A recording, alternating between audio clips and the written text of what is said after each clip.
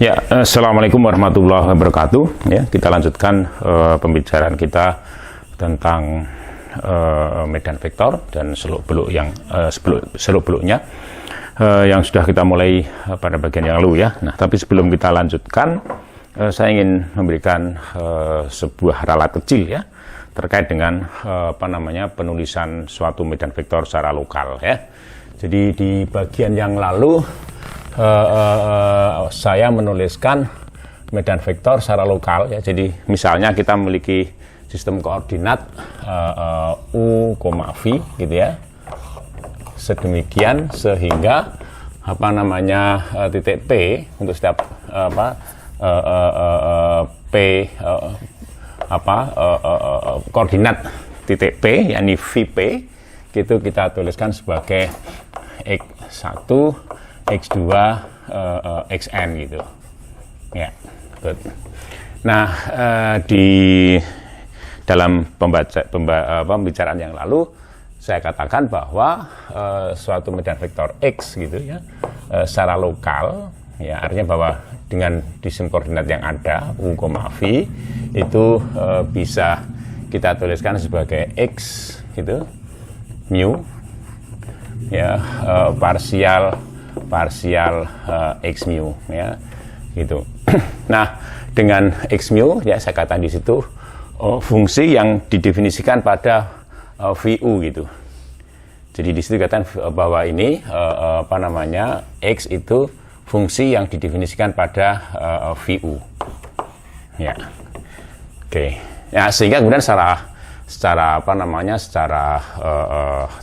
jika kita bicara titik P dengan koordinat semacam ini ya, maka secara lokal ya medan vektor X itu di titik P ya itu bisa dituliskan sebagai ya dalam sistem koordinat tersebut u, v itu bisa dituliskan sebagai x mu ya, dinilai di titik X1 Xn ya, kemudian ini parsial x mu gitu.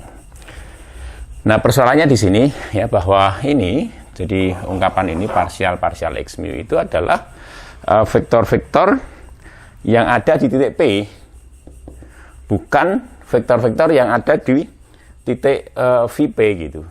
Ya, jadi ini vektor yang kita evaluasi untuk kasus ini ya di titik titik P gitu. Jadi bukan vektor di titik VP gitu. Nah, ini sesungguhnya ya secara lokal. Jadi seperti yang sudah saya bahas dulu bahwa secara lokal parsial mu ya, atau ini kita tulis sebagai parsial x mu. Ini secara lokal adalah ya, jadi ini dituliskan sebenarnya adalah ini ya, jadi x mu gitu. Ya, jadi ini secara lokal dituliskan artinya bahwa di VP ya, anggota VU ya, ini dituliskan sebagai mu gitu. Ya, terus sebagai mu. Jadi kalau saya tulis u, v begitu ya, maka ini tidak adalah mu gitu. Apa itu mu ya? Jadi dengan mu itu tidak lain adalah ini. Jadi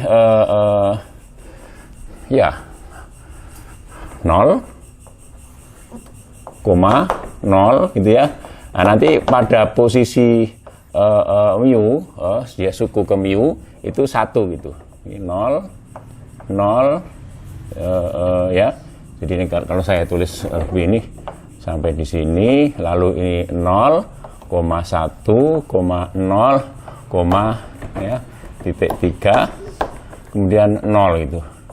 Jadi semuanya 0 kecuali di titik nomor mu. Jadi ini titik nomor mu suku nomor mu ya, suku nomor mu itu.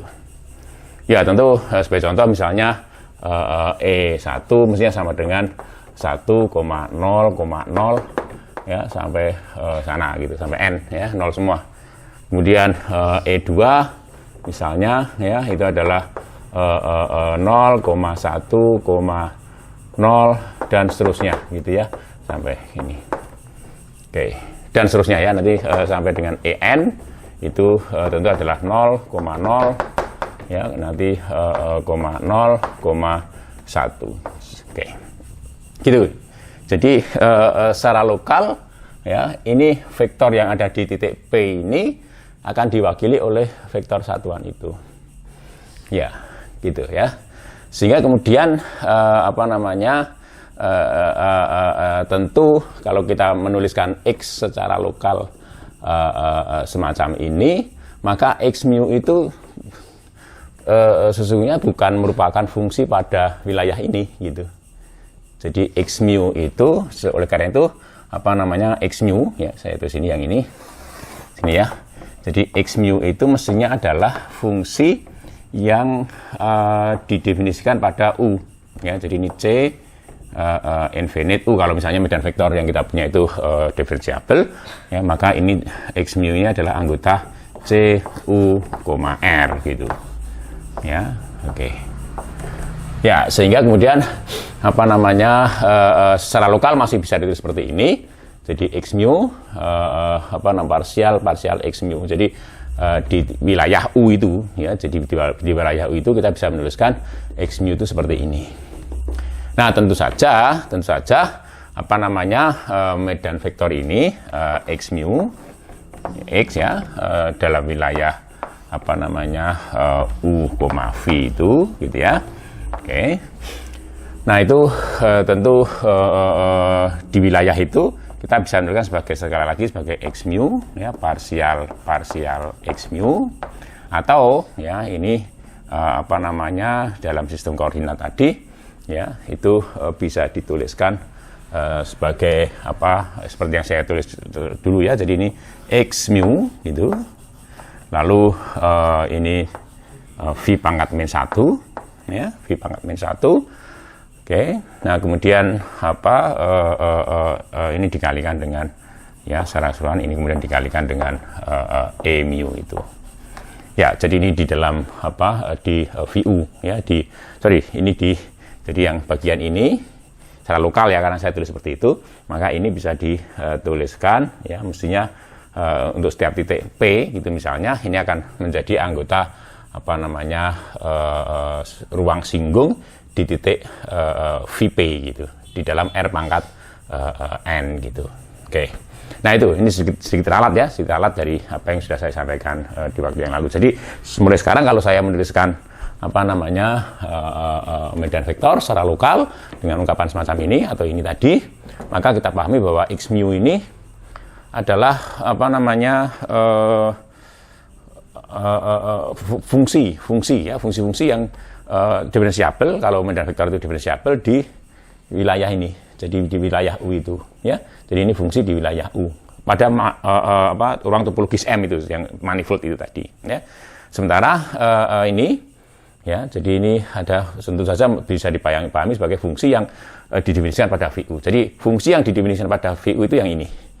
Sementara kemudian kita harus menggunakan sistem E mu itu ya, itu sebagai basisnya di sana. Oke. Good, itu ralat yang harus saya sampaikan. Nah, sekarang kita mulai dengan contoh ya. Contoh tentang terkait dengan medan vektor ya, contoh terkait dengan medan vektor yang sudah saya sampaikan kemarin gitu. Ya, contoh.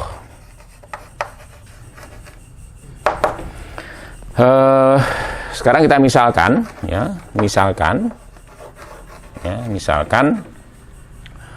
M itu suatu ya manifold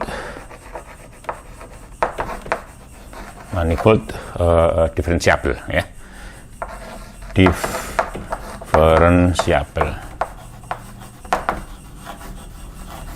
Oke. Nah, kemudian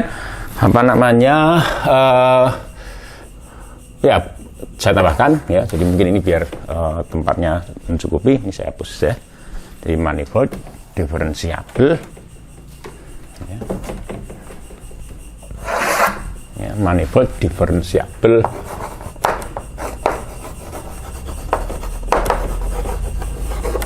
berdimensi n ya, berdimensi n gitu misalkan ya. Oke. Nah, dan U ya itu suatu subhimpunan ya, terbuka di M. Ya, oke. Nah, kemudian himpunan ini ya, himpunan yang terdiri dari yang beranggotakan E1.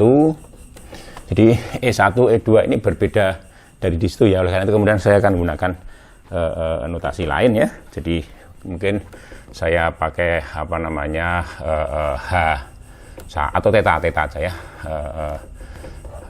Theta 1, theta 2. Kalau theta tepat enggak, sebentar. H saja, saya gunakan H saja ya.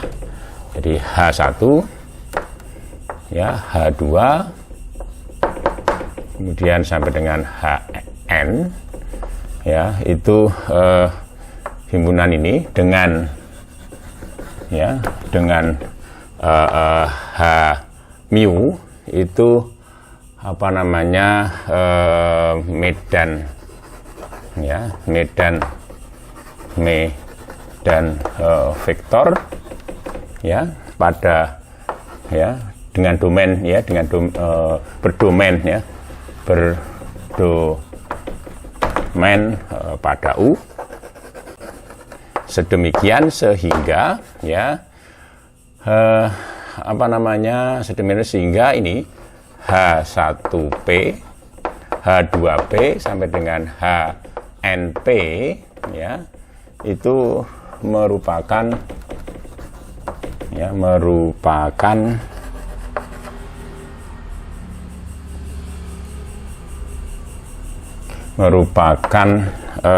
apa namanya basis ya, basis di TPM ya, untuk P anggota U ya.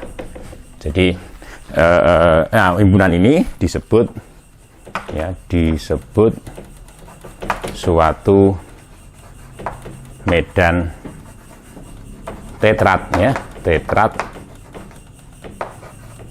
medan tetrat ya, tulisannya medan tetrat pada U gitu ya. Jadi sekali lagi apa namanya, misalkan kita mempunyai manifold diferensiabel M ya, yang berdimensi n gitu, dan U adalah suatu himpunan terbuka di M gitu.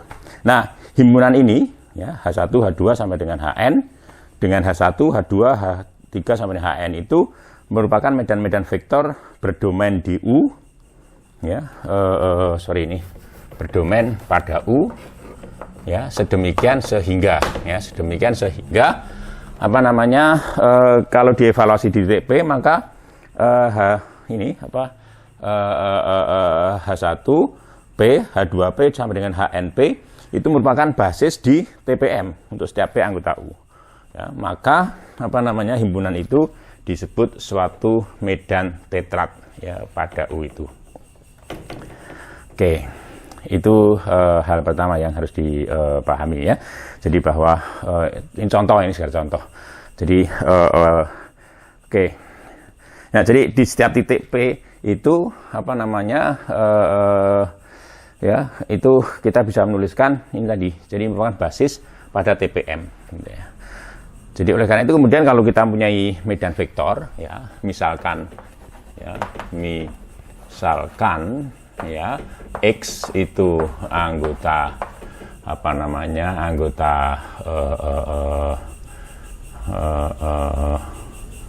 anggota X ya, XM ya, jadi himpunan yang beranggotakan semua medan vektor yang diferensiabel pada M gitu ya. Misalkan X itu apa namanya ini. Nah, dengan domain ya, dengan domain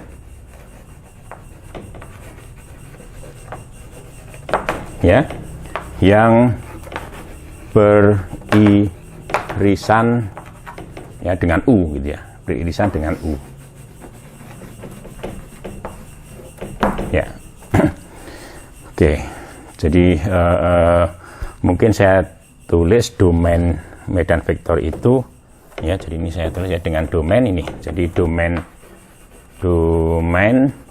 V yang beririsan dengan U itu. Oke, maka ya, jadi maka pada wilayah ya, pada ya irisan itu U irisan V gitu ya, maka medan vektor X itu di situ itu bisa dituliskan tentu saja ya di wilayah irisan itu ya, jadi itu sebagai apa namanya X mu ya, X mu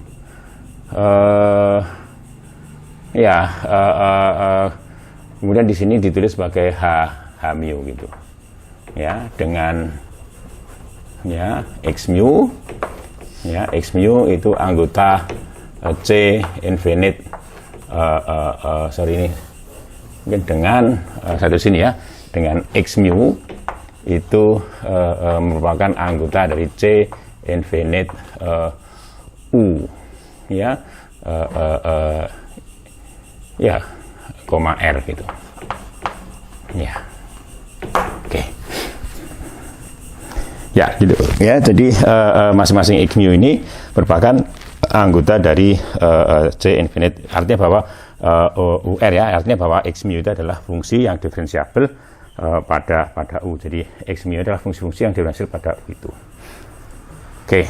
Jadi ini saya rasa apa namanya sangat logis, karena sekali lagi bahwa di tiap titik P ya, maka medan vektor ya di tiap titik P, jadi anggota U ya, irisan V itu ya, maka medan vektor yang diperoleh oleh titik P itu dari vektor singgung yang diperoleh oleh apa namanya titik P itu dari medan vektor X itu bisa dituliskan sebagai ini tadi, jadi X mu P, jadi komponen ya, jadi bilangan ya, bilangan skalar ya, yang diperoleh oleh titik P dari ini fungsi X mu itu dikalikan dengan H mu. Ya, nanti tentu saja kalau ditulis saja H mu P gitu. Ya, oke. Dan ini adalah anggota TPM itu. Oke, sehingga kemudian secara apa namanya, kalau titik P itu kita buang, maka kita dapatkan, artinya bahwa ini berlaku untuk setiap titik P anggota irisan ini. Maka kemudian kita bisa menuliskan medan vektor X itu secara lokal dalam bentuk seperti ini. Bentuk seperti ini. Ya. Oke, saya lanjutkan ya, saya balik.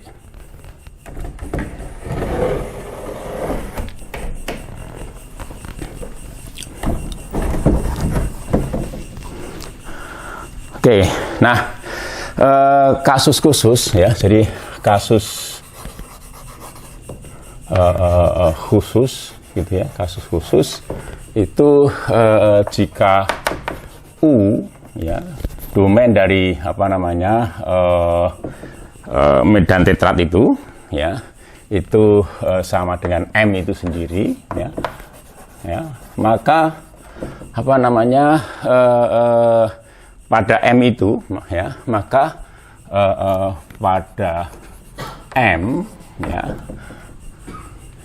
ya, jadi di seluruh M itu ya, X mu ya, atau X itu bisa dituliskan sebagai ini, sebagai X mu H mu. Jadi ini berlaku untuk setiap X ya, anggota XM ya. Good. Ya, jadi itu terjadi ya, artinya bahwa setiap medan vektor pada M atau setiap medan vektor anggota XM itu bisa dituliskan sebagai kombinasi linear atas apa namanya medan tetrat itu gitu. Ya, oke. Nah, kita ingat bahwa XM adalah apa namanya modul di atas C infinite MR ya. Jadi sebagai ya sebagai modul ya, sebagai modul di atas ya C infinite MR, ya, maka ya dalam kasus ini ya seterusnya, maka dalam kasus ini yakni bahwa U itu sama dengan M dan domain dari medan tetrat itu sama dengan M, ya, maka XM, ya, modul XM itu modul bebas, ya, modul bebas. Ya, alasannya karena apa namanya, XM itu memiliki basis gitu, ya. Jadi dalam kurung ya karena XM ya itu memiliki basis, ya. Jadi yakni medan tetrat itu sendiri, ya. Jadi H1, jadi H2 dan seterusnya sampai dengan Hn itu. Oke, itu ya. Oke, jadi ini apa namanya, kasus khusus ya. Jadi ketika domain dari medan tetrat yang kita bicarakan itu apa namanya sama dengan M keseluruhan, maka setiap medan vektor di X, yakni anggota XM, itu bisa dituliskan sebagai kombinasi linear atas anggota apa medan tetrat itu, ya. Sehingga kemudian dengan demikian medan tetrat itu atau modul yang beranggotakan medan vektor itu bisa memiliki basis, ya, memiliki basis. Sehingga kemudian kita bisa katakan bahwa XM itu modul yang bebas, ya, karena memiliki basis itu. Nah, di sisi yang lain kita bisa apa namanya, untuk kasus ini ya, di sisi yang lain kita bisa ya dari nanti mungkin Anda akan pelajari di bagian lain yang terkait dengan fiber bundle, ya, maka ya bahwa apa namanya domain ya medan tetrat, ya, medan tetrat ini tadi H1 sampai dengan Hn itu sama dengan M,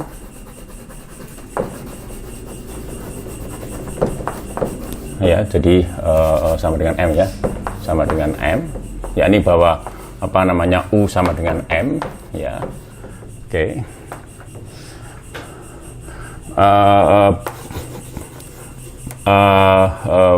Apa namanya berakibat ya atau sama artinya gitu ya, sama artinya dengan fakta bahwa, ya, sama artinya dengan fakta bahwa tangensial bundle atau untingan singgung, ya, untingan singgung TM, ya, itu trivial, ya, yakni bahwa TM itu sama dengan M cross R pangkat N gitu. Ya, ini fakta lain ya. Jadi kalau apa namanya kita menemukan medan tetrat dengan domain ya, seluruh manifold yang kita pelajari itu, maka kemudian kita bisa simpulkan bahwa apa namanya tangensial bundle atau untingan singgung, ya, milik M itu yakni TM itu trivial, yakni bahwa kita bisa menuliskan TM itu diffeomorfis, ya, lebih tepatnya dia diffeomorfis dengan M cross R pangkat N itu. Oke, jadi ini kasus khusus ya. Jadi sekali lagi bahwa secara umum domain dari tetrat tentu tidak harus meliputi seluruh M, tapi hanya subset, subhimpunan di dalam M itu. Secara umum semacam itu, ya. Sehingga kemudian secara umum modul XM itu bukan modul bebas gitu ya. Jadi modul XM bukan modul bebas. Jadi apa namanya ya artinya bahwa tidak memiliki basis gitu ya. Secara umum tidak begitu, tidak memiliki basis ya. Tapi kalau kasus khusus tadi bahwa kita bisa menemukan apa namanya medan tetrat yang domainnya itu seluruh M, maka kemudian XM itu adalah modul bebas, ya. Dan itu berkaitan nanti dengan ini Bapak, apa namanya, XM itu TM, ya, maaf, itu trivial, tangential bundle, milik M itu trivial, yakni diffeomorphis dengan M cross R pangkat N. Oke. Nah, contoh yang lain, ya, misalnya contoh berikutnya, ya, masih terkait dengan apa namanya medan tetrat itu, ya. Jadi misalkan U, V itu suatu, ya, sistem, ya, koordinat, ya, koordinat pada manifold differentiable M, ya. Maka kemudian kita bisa dengan mudah memahami bahwa medan vektor ini, yakni yang dibangun terkait dengan basis-basis standar yang di R pangkat N, yakni bahwa ini tadi parsial 1, ya, parsial 2, yakni parsial X1, parsial X2 dan seterusnya, ya. Kemudian sampai dengan parsial N, gitu, ya. Ini merupakan medan tetrat, ya, medan tetrat, ya, dengan domain tadi U, ya. Jadi U, jadi wilayah atau apa namanya domain dari sistem koordinat itu sekaligus merupakan domain dari medan tetrat semacam ini. Nah, sehingga kita tahu bahwa setiap vektor, ya, medan vektor, ya, itu bisa dituliskan secara lokal di wilayah U itu sebagai kombinasi linear dari parsial 1, parsial 2 sampai dengan parsial N, ya. Masih ingat, ya? Jadi saya kira selalu kalau saya tulis seperti ini, maksudnya adalah bahwa parsial mu itu sama dengan parsial X mu. Artinya bahwa di dalam sistem koordinat ini nanti titik-titik itu akan memiliki koordinat X1, X2 sampai dengan Xn, atau kita singkat X mu. Oke, begitu. Ya. Nah, berikutnya, ya. Jadi kita akan membahas apa yang disebut sebagai kurva integral. Ya, sebelum kita bicara apa yang disebut sebagai aliran, ya. Jadi aliran dari medan vektor, kita awali dulu dengan pembahasan tentang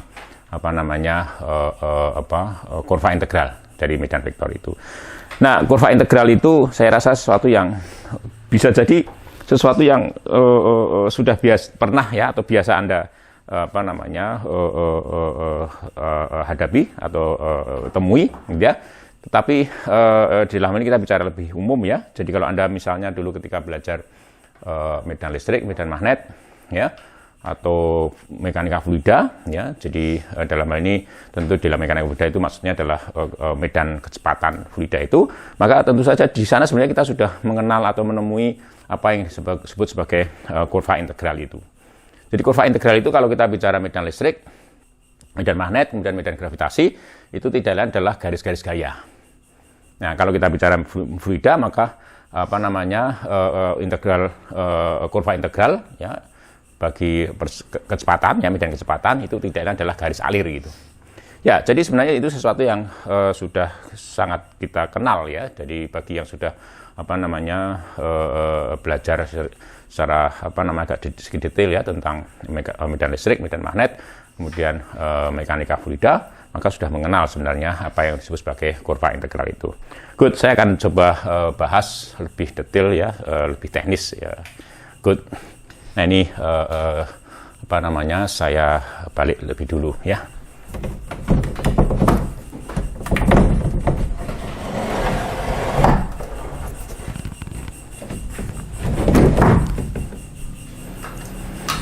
Ya. Good. Jadi yang pertama, sekali lagi kita misalkan kita punya manifold differentiable M, gitu, ya. Dan kemudian kita mempunyai kurva, ya. Jadi misalkan C, ya, adalah sebuah kurva dengan domain interval AB, ya, jadi menuju ke M, ya. Jadi misalkan itu suatu kurva diferensiabel ya, kurva diferensiabel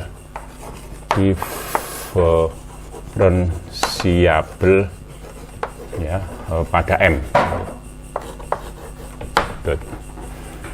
Nah, kemudian dan gitu ya, dan jadi kita andaikan kita mempunyai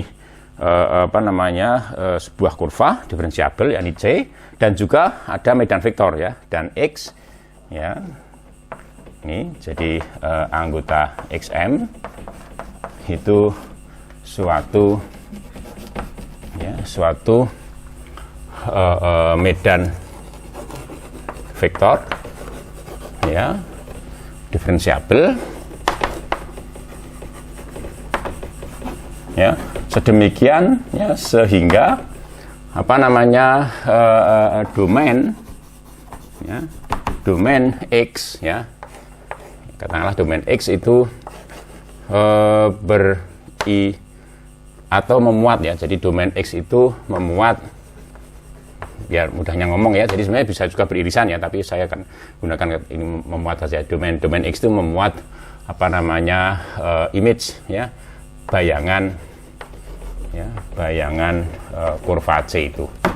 Oke. Ya, di dalam hal ini setiap titik ya CT ya, jadi C gitu ya. Nah, dalam hal ini ya untuk setiap CT ya, atau untuk setiap CT ya, untuk setiap CT sepanjang kurva itu ya, titik ya sepanjang kurva ya, kurva C gitu ya, terdapat dua vektor singgung ya, vektor singgung ya. Ya, tentu saja ada vektor singgung yang lain ya, anggota ruang singgung, tapi yang menjadi pokok perhatian di sini adalah yang terkait dengan jadi dua vektor singgung yang terkait dengan kurva itu sendiri dan medan vektor X itu ya. Jadi sekali lagi kita tinjau kurva ya, C dan medan vektor X. Maka kemudian di dalam hal ini karena domain dari medan vektor X itu memuat bayangan C, maka kemudian terkait dengan untuk setiap titik CT sepanjang kurva itu tentu akan ada dua vektor singgung. Jadi yang pertama, jadi titik dua ya. Jadi yang pertama itu adalah vektor XP. Ya, yang diperoleh, dan itu saja ya, vektor singgung XP yang diperoleh, ya ini vektor yang diperoleh oleh titik P ya dari medan vektor X.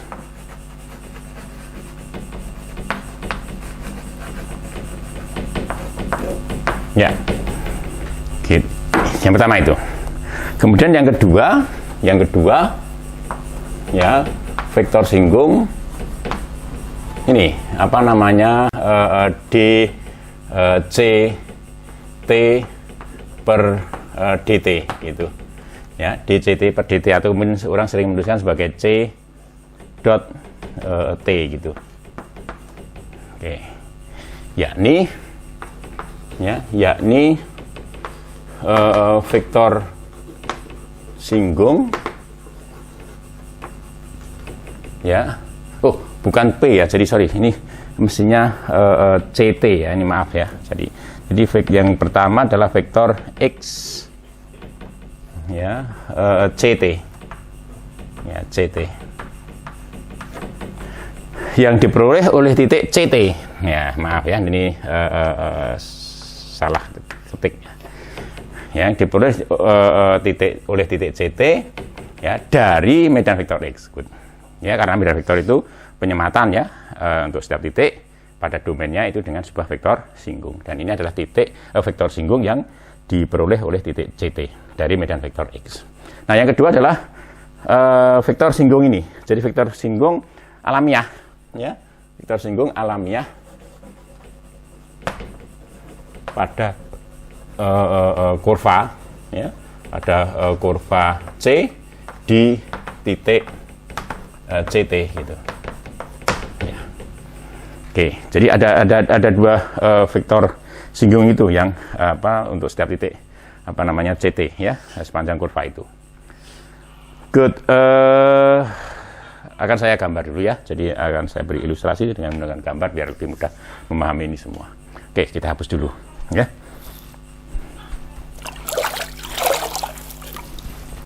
Ya, sekarang misalkan ya, jadi ini adalah image dari kurva yang kita bicarakan itu, ya. Sehingga kemudian misalnya sebagai contoh, ini adalah titik CT, gitu ya, titik CT, ya. Maka tentu saja vektor singgung alamiah, ya, itu adalah ini turunan dct per dt, ya, kita sama tahu ya, jadi ini adalah vektor yang ini. Vektor singgung pada kurva itu ya, pada titik CT itu. Tetapi titik CT itu juga mendapatkan vektor singgung yang diberikan oleh medan vektor X itu. Sehingga tentu saja karena medan vektor X dan kurva itu tidak ada yang kita bicarakan ya, asumsi ini tadi bebas, independen, tidak ada kaitan satu dengan yang lain, maka tentu saja vektor singgung yang diperoleh oleh titik CT itu misalnya bisa kita tuliskan seperti ini ya. Bisa kita tuliskan seperti ini ya, jadi ini adalah vektor X ya, CT gitu ya, secara umum gitu ya, secara umum misalnya di sini adalah titik CT aksen misalnya ya, CT aksen, maka tentu sini akan ada vektor singgung sana ya, jadi ini kalau saya sebagai C dot T, nah ini adalah C dot T aksen gitu. Nah, titik T aksen pun, CT aksen pun ini juga akan mendapatkan vektor singgung dari medan vektor ya. Saya tuliskan misalnya X C T aksen gitu. Ya. Oke, situasinya seperti itu. Nah, kemudian kita bisa mengasumsikan begini ya. Jadi diberikan medan vektor X ya, maka kemudian tiap titik pada domainnya V misalnya itu akan mendapatkan vektor-vektor singgung, jadi XP katakanlah gitu. Nah, kemudian kita mencari kurva ya sedemikian rupa sehingga vektor singgung pada kurva itu ya di setiap titiknya itu tidak lain adalah vektor singgung yang diperoleh titik-titik itu dari medan vektor X itu. Dengan kata lain begini ya, dengan kata lain suatu ya kurva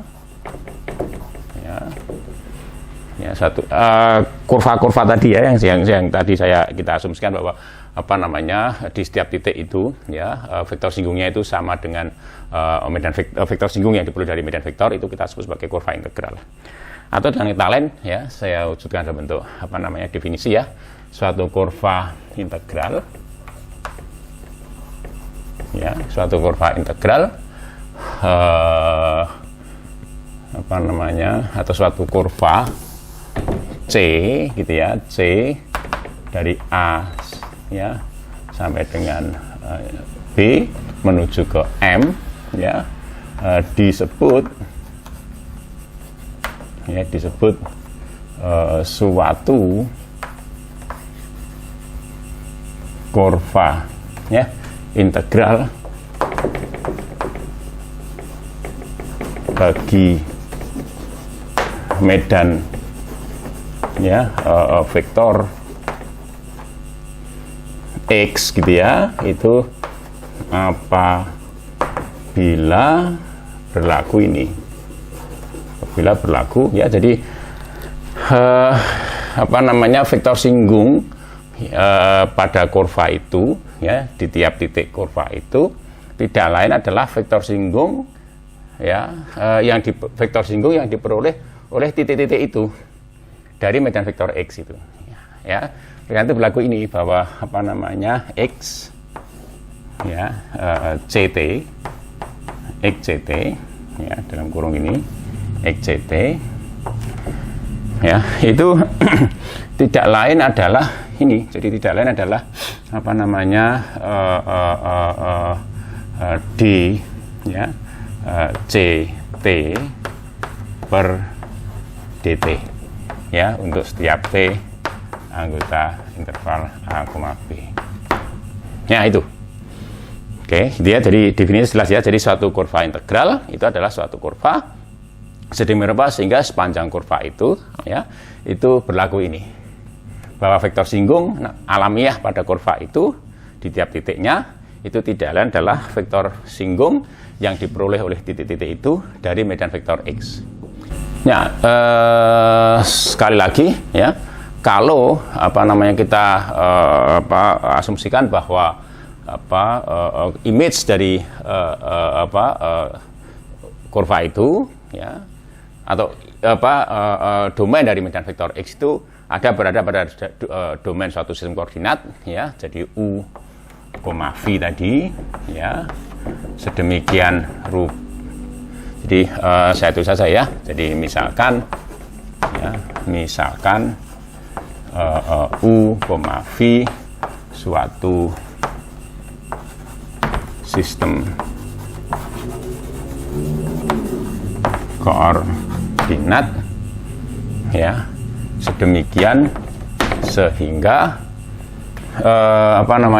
VP itu X1 Xn dan domain X ya itu sama ada di dalam U gitu ya. Misalkan seperti itu ya. Ya, oleh karena itu secara lokal jadi medan atau vektor singgung ini, vektor singgung yang diperoleh oleh titik CT dari medan vektor X itu kita bisa tuliskan seperti ini. Jadi X mu ya, X mu CT ya, kemudian ini tentu dikalikan dengan basisnya gitu ya, jadi parsial mu gitu ya. Nah di ruas kanan tentu dengan cara yang sama kita bisa tuliskan bahwa ini mestinya adalah ini komponen ya, jadi C T saya tulis begini ya, per DT komponen nomor mu gitu ya, tentu dikalikan dengan parsial mu itu ya. Oke begitu ya, jadi itu persamaan yang penting ya, jadi terkait dengan medan vektor kurva integral ya bagi medan vektor X itu. Nah kemudian kita coba ungkapan ini secara menggunakan sistem koordinat ya di ruang R pangkat n ya, sehingga kemudian kita akan mendapatkan persamaan yang lebih operasional untuk bisa diselesaikan atau dicari solusinya ya. Oke, jadi tentu saja X mu itu akan bisa diwakili. Jadi kalau ini kan di titik CT pada manifold M. Nah sekarang kita tuliskan ungkapan ini di VCT ya. Jadi di titik VCT ya, yang tidak lain adalah titik X1T, X2T sampai dengan NT gitu ya, yang berada di VU ya, jadi subset R pangkat N gitu. Maka persamaan ini bisa dituliskan seperti ini ya. Persamaan itu bisa kita tuliskan seperti ini ya. Di X mu ya dilanjutkan dengan parsial V pangkat min 1 ya, jadi saya tuliskan kurung begitu. Lalu di sini saya tulis sebagai titik X1 atau VCT tadi Ya, ini kalau saya tulis titik biar runtut ya. Jadi V dalam kurung CT gitu. Ya. Oke. Nah, ini mestinya akan sama dengan ya. Jadi sebenarnya dari sini bisa diambil kesimpulan bahwa X mu CT sama dengan DCT per DT komponen nomor mu gitu ya. Nah, ini mestinya akan sama dengan dx mu per dt. Karena apa namanya di VCT maka komponen ini tidak adalah turunan ini tadi ya, dx mu per dt. Jadi ini t sebagai fungsi t, ini x sebagai fungsi t. Ini tadi ya, jadi ini tadi. Oke, jadi kita dapatkan persamaan ini ya, kita dapat persamaan ini. Sehingga kemudian apa namanya, kalau kita ingin menuliskan lebih singkat bagian ini, misalnya kita ganti dengan C gitu ya, atau KI ya, misalnya KI gitu. KI itu adalah ini. Nah, KI yang bergantung ini VCT itu adalah ini tadi. Jadi kita bisa tulis sebagai X1 sebagai fungsi T, terus nanti XN sebagai fungsi T gitu ya. Lalu ini akan sama dengan dx mu sebagai fungsi T per dt. Ya, tentu saja di dalam hal ini mu itu dari 1, 2 sampai dengan n. Oke. Ya, ini ya. Jadi akhirnya kita mendapatkan persamaan diferensial ya yang didefinisikan di dalam ruang R pangkat n itu. Yang itu tentu saja nanti mewakili kurva ya CT itu yang kita cari gitu ya. Jadi akhirnya kita dapatkan persamaan ini. Ya, persamaan yang mengontrol atau memberitahu kita kurva integral ya bagi medan vektor X gitu ya, dengan KI adalah wakilan lokal ya. Jadi ungkapan ini ya. Oke. Good. Itu ungkapan penting ya yang operasional tentu saja. Jadi kalau nanti kita diberi medan vektor X begitu, maka kemudian kita bisa tentu saja segera bisa mengkonstruksi fungsi-fungsi ini ya, atau KI itu tadi. Oh, ini KI mu ya, maaf, ini mah harus pakai mu ya. Sehingga kemudian dari situ kita bisa mendapatkan X sebagai fungsi T ya. Cukup jelas ya, saya rasa bagaimana kita bisa mendapatkan kurva integral ya bagi medan vektor X itu. Nah, tentu saja solusinya ini di ruang model, ya ini di R pangkat n gitu. Dan itu akan mewakili secara lokal kurva-kurva integral yang ada di VU ya, yang ada di U ya, di U. Jadi di domain dari sistem koordinat itu. Oke. Nah, berikutnya yang harus kita bicarakan ya. Oke, saya akan mengetengahkan satu proposisi dulu ya. Proposisi. Saya itu sebagai proposisi pertama. Ya, saya itu sebagai proposisi pertama. Oke, misalkan ya. Misalkan ya X itu suatu medan vektor ya diferensiabel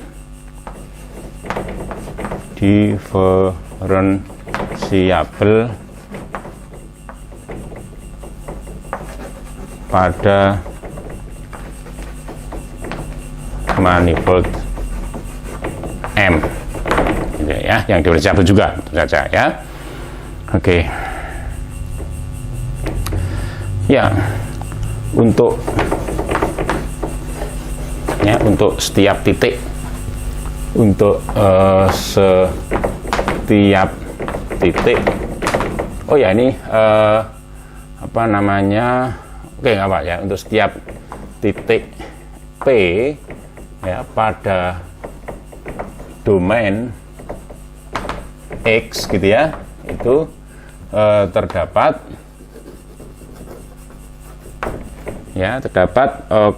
kurva C terdapat kurva integral ya, terdapat kurva integral ya, terdapat kurva integral. Saya tulis ini C dari I menuju ke M ya, dari I menuju M, sedemikian sehingga ya, sedemikian sehingga apa namanya, C0 itu sama dengan P gitu ya, sama dengan P ya, untuk I suatu apa namanya, suatu interval ya, interval yang memuat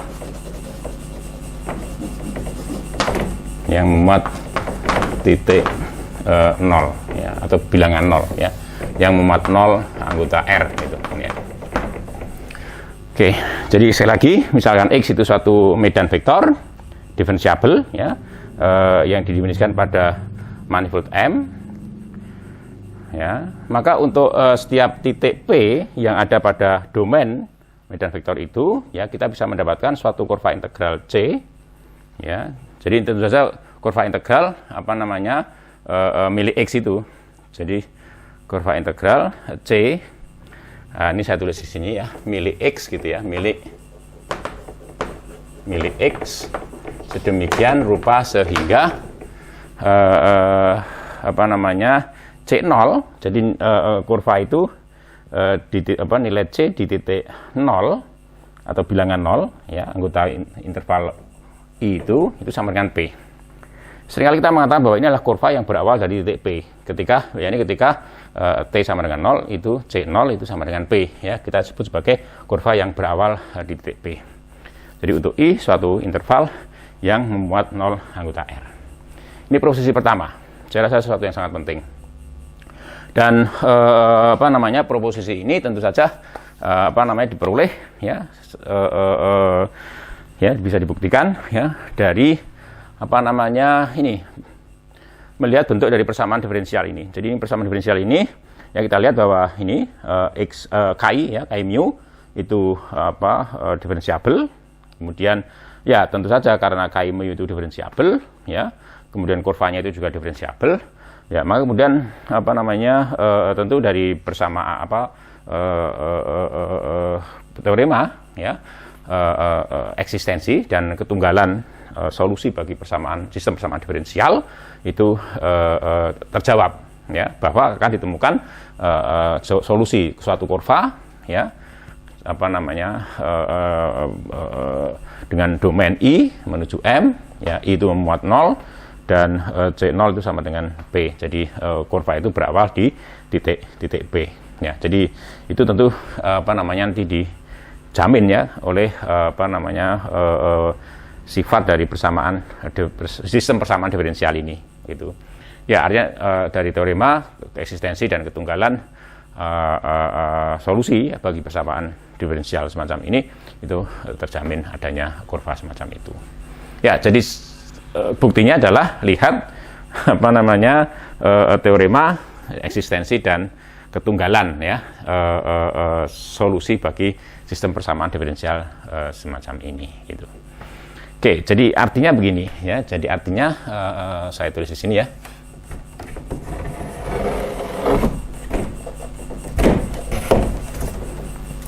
Artinya bahwa kalau saya mempunyai apa, manifold M gitu, ya, misalnya manifold M itu gitu, ya, kemudian saya punya titik P, dan pada manifold M itu kita mempunyai medan vektor X misalnya, ya, di titik P gitu.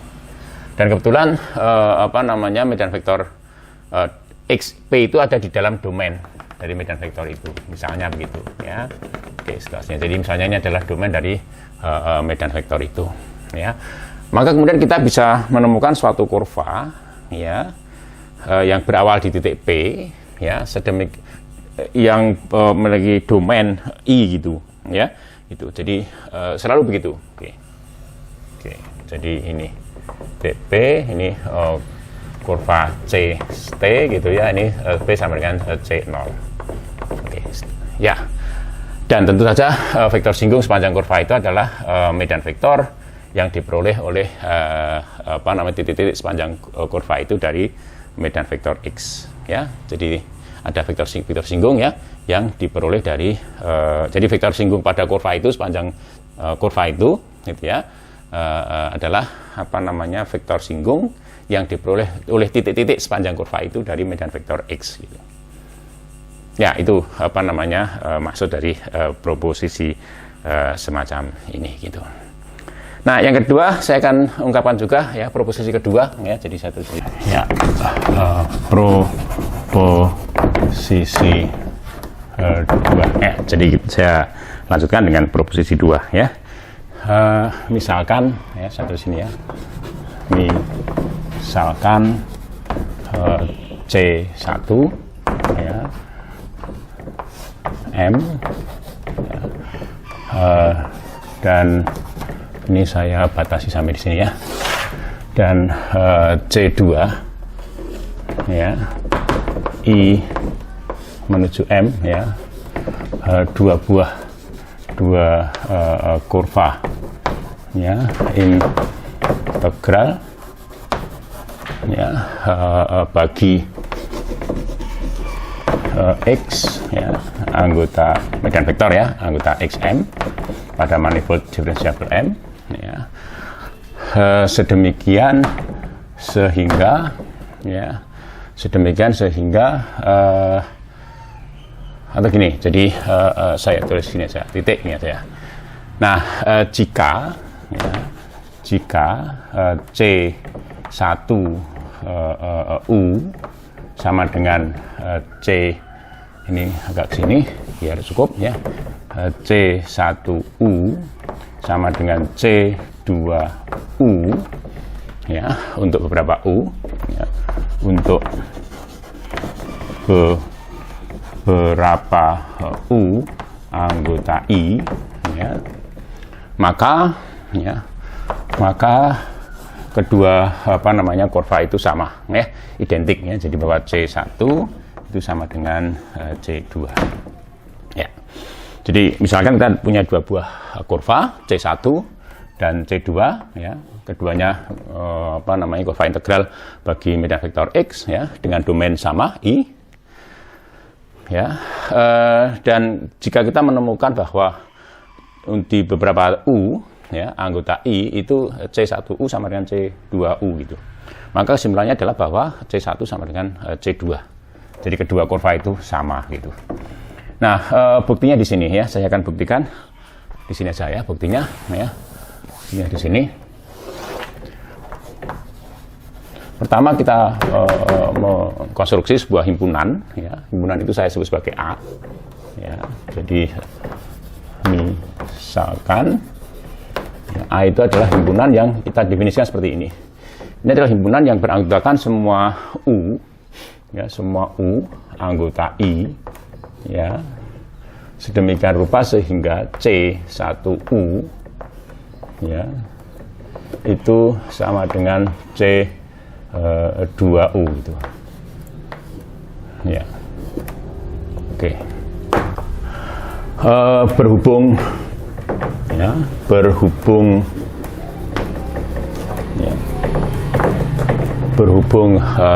C1 dan C2 kontinu ya, kontinu atau diferensiabel ya, karena X itu diferensiabel ya. Oke. Maka himpunan A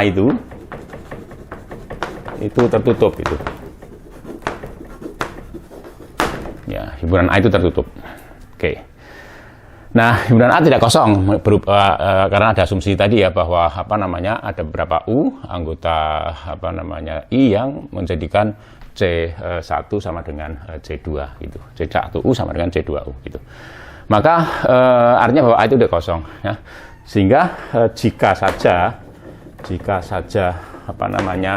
A juga terbuka ya, satu di sini ya. Terbuka, maka ya apa namanya A itu sama dengan I. Jadi artinya bahwa itu terbuka di I ya. Jadi terbuka di I ya. Maka ya karena A tidak kosong. Nah, satu-satunya kemungkinan adalah bahwa A sama dengan I. Karena itu connected, tersambung, maka kalau kita bicara himpunan yang terbuka sekaligus tertutup di I, maka ada dua, himpunan kosong atau I itu sendiri. Ya, di sini A itu tertutup, dan jika saja A itu juga terbuka di I, ya, maka A itu sama dengan I gitu. Ya, sekali lagi, ya saya tulis ya, titik, ya, titik dalam kurung karena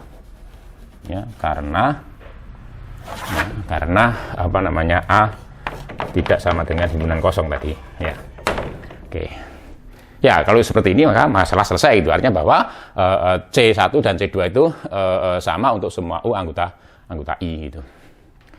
Oke. Nah, kemudian selanjutnya kita bisa mengasumsikan yang lain ya. Jadi misalkan ambil suatu T, suatu T ya, itu anggota A gitu. Ya, tentu saja C1 sama dengan ya. Jadi artinya bahwa C1T sama dengan C2T gitu. Ya, artinya seperti itu. Lalu kita konstruksi dikonstruksi dua kurva ya. Jadi yang pertama gamma 1 ya. Gamma 1 ini menjodohkan setiap S ya, anggota I itu ya menuju ke gamma 1S yang itu tidak lain adalah C1S plus T ya. Kemudian gamma 2 ya itu hampir sama ya, hanya ini untuk C2 ya. Jadi ini gamma 2S dan ini sama dengan C2S plus T. Bisa ditunjukkan dengan mudah bahwa gamma 1 dan gamma 2 adalah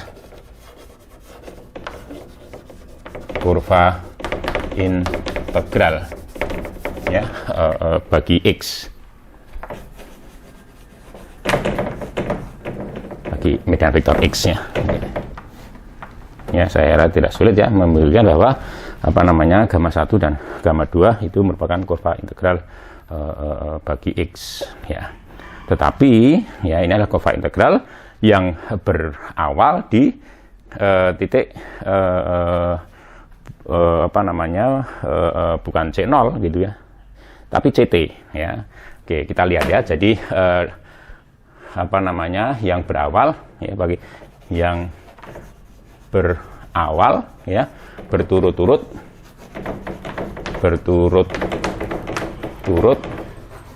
di sini ya. Jadi gamma 0, gamma 1 0. Jadi S-nya sama dengan 0, itu tidak adalah C1T ya.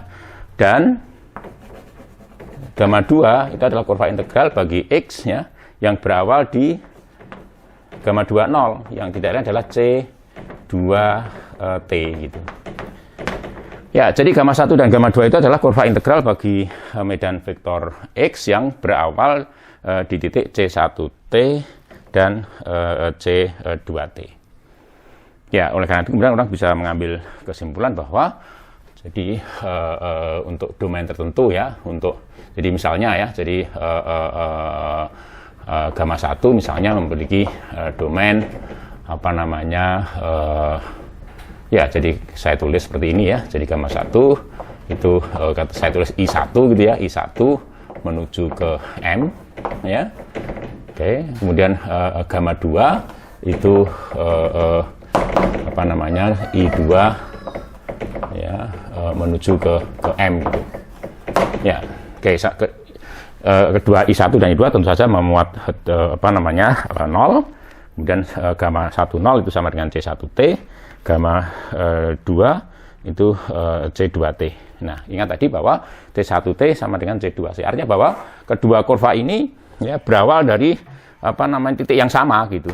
Berawal dari titik yang sama. Jadi gamma 1 dan gamma 2 itu adalah kurva integral bagi medan vektor X dengan yang berawal dari titik yang sama. Ya. Maka pada irisan I1, I2 itu kedua titik itu, kedua kurva itu tentu akan sama ya. Jadi artinya bahwa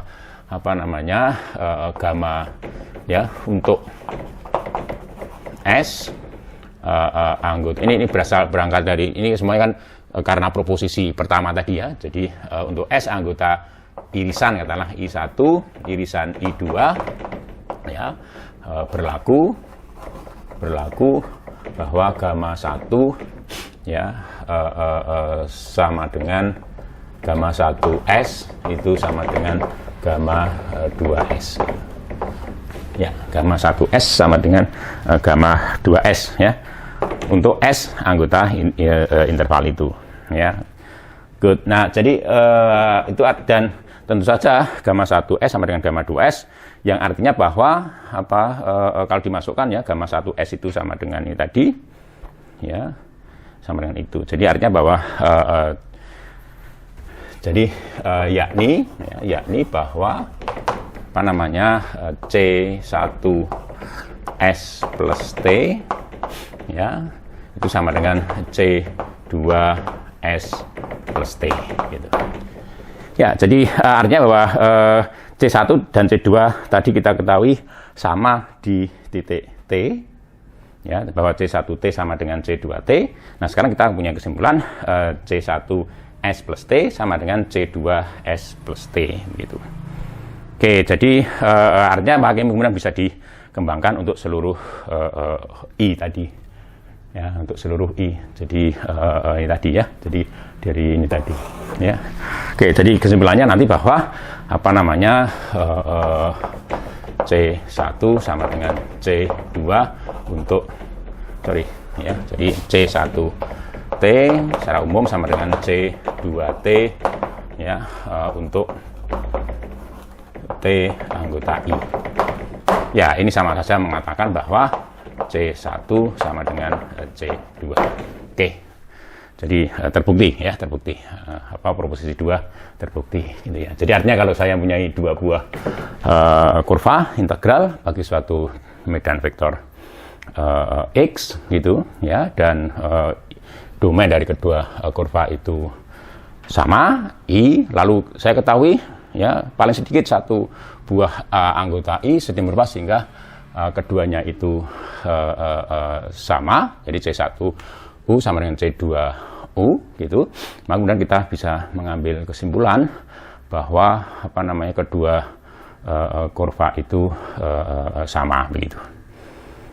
Oke, itu. Nah, berikutnya kita tuliskan atau kita bicarakan proposisi yang ketiga ya. Oke, saya tulis di balik ini.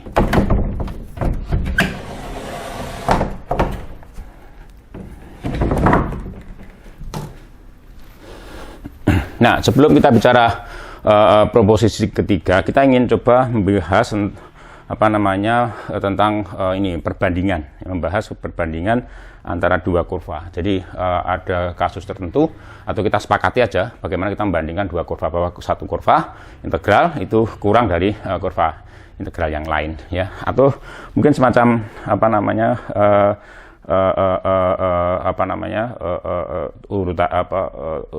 relasi pengurutan ya, atau relasi ordering gitu ya. Jadi misalkan ya P itu anggota M, oke, dan ya di mana M itu ada medan vektor X gitu ya. Jadi masih ya, atau saya urut atau diurutkan aja ya. Jadi misalkan X ya itu anggota XM, artinya bahwa X itu medan vektor diferensiabel ya pada manifold diferensiabel M itu, dan P ya katakanlah itu anggota dari domain ya, domain atau saya tulis dom ya, dom X gitu. Artinya bahwa dom X itu maksudnya domain dari medan vektor X itu. Jadi P itu anggota itu ya. Oke. Nah, selanjutnya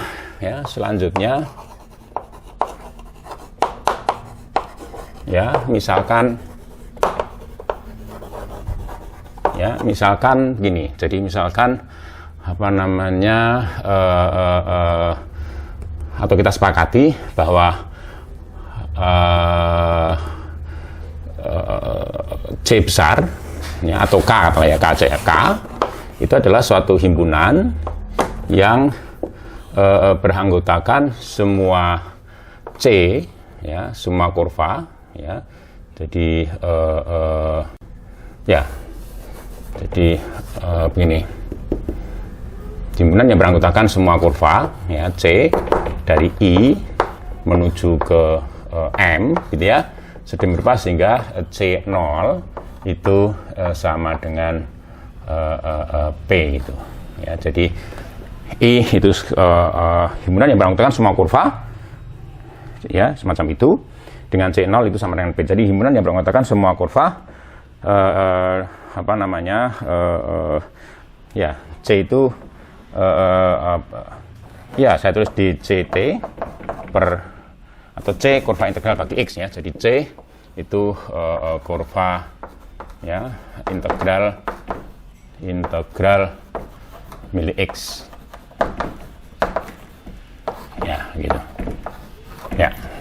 Oke, jadi K itulah himpunan yang beranggotakan semua kurva integral milik X ya, sedemikian rupa sehingga C0 sama dengan P, atau himpunan yang beranggotakan semua kurva integral milik X yang bermula atau berawal di titik P itu ya. Ya, itu K gitu misalkan ya. Maka kemudian kita bisa mengatakan bahwa C1 ya, jika misalkan ya, sekali lagi misalkan C1 dan C2 itu anggota K gitu. Artinya bahwa C1 dan C2 itu adalah kurva integral milik X yang berawal di titik P begitu ya. Maka kita bisa apa namanya bersepakat begini. Jadi bisa disepakati ya,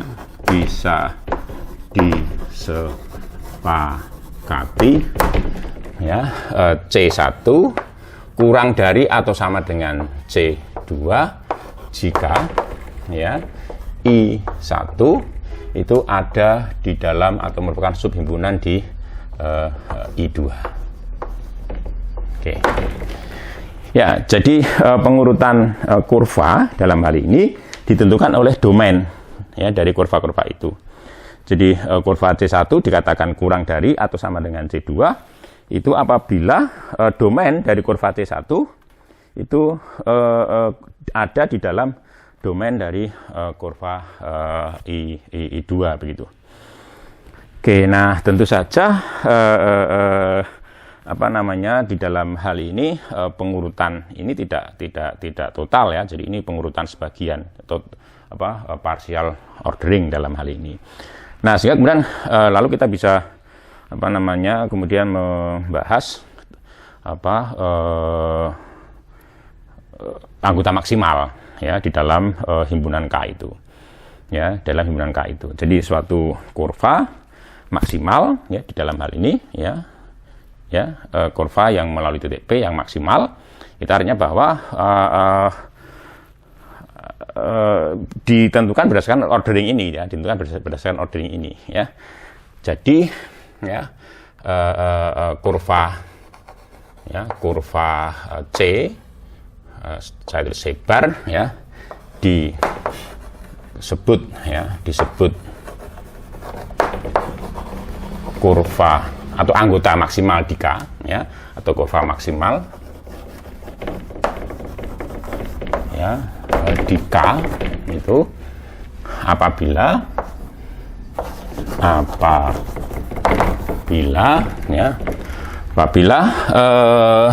apa namanya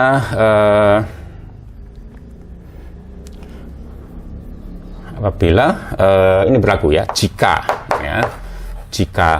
C ya bar itu kurang dari atau sama dengan C ya, maka C itu sama dengan C bar gitu. Jadi C sama dengan C bar. Ya, ketentuan atau konsep maksimal ya menurut matematik ya disesuaikan dengan ordering itu ya. Jadi kurva C bar disebut kurva maksimal di K itu apabila ya jika kita temukan C sedemikian rupa sehingga C bar itu kurang dari C, maka C itu sama dengan C bar. Nah, berhubung pengurutan ini ditentukan dari sini, ditentukan dari kaitan ini ya, jadi domain ya, jadi artinya bahwa kurva C ini bisa diganti ya, ini bisa diganti tentu saja dengan I1 ada di dalam I2 ya, maka C itu atau I1 itu sama dengan I2. Jadi tinggal ganti aja. Jadi jika I bar ya katakanlah ya, I bar itu ada di dalam I gitu, maka I itu sama dengan I bar. Artinya bahwa I domain dari C bar itu tidak dimuat oleh atau tidak ditemukan ya sebagai subset ya di domain kurva yang lain gitu ya. Jadi kalimat itu bisa diganti ya, kurva atau ekvivalen dengan kalimat ini, kurva C bar maksimal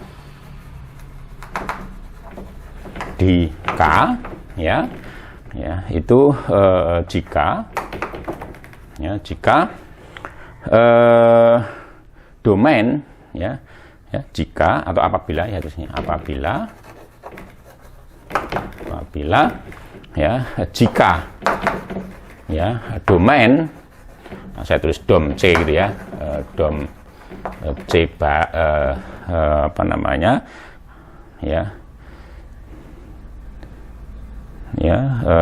dom C bar itu ya ada di dalam dom ya C untuk suatu kurva ya, maka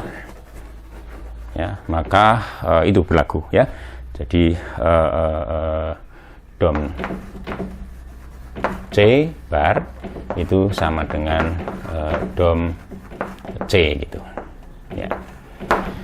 Nah, ini artinya bahwa dom C bar itu tidak ditemukan sebagai subset di domain kurva yang lain gitu ya. Jadi dengan kata lain bahwa suatu kurva dikatakan sebagai kurva maksimal di K tadi itu apabila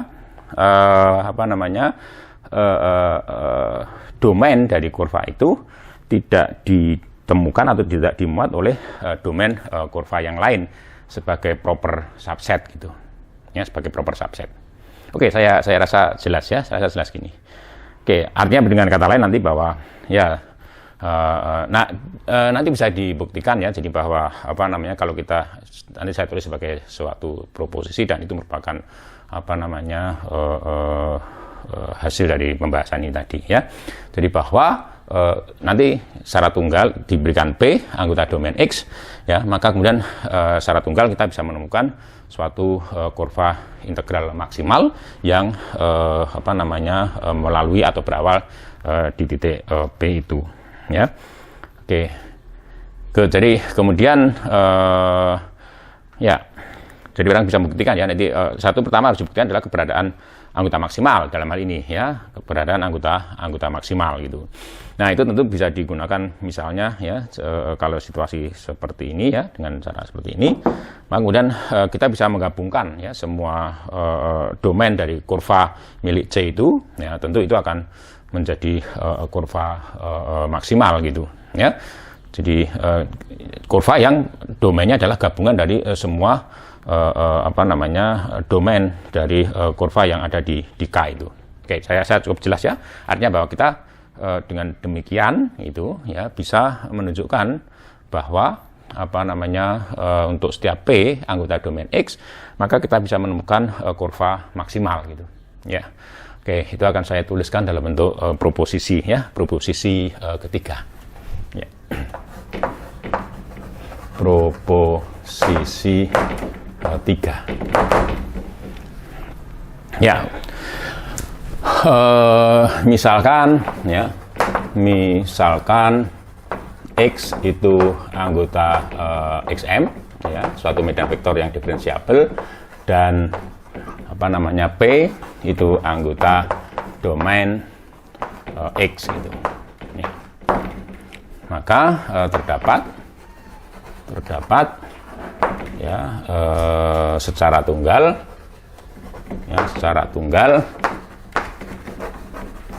suatu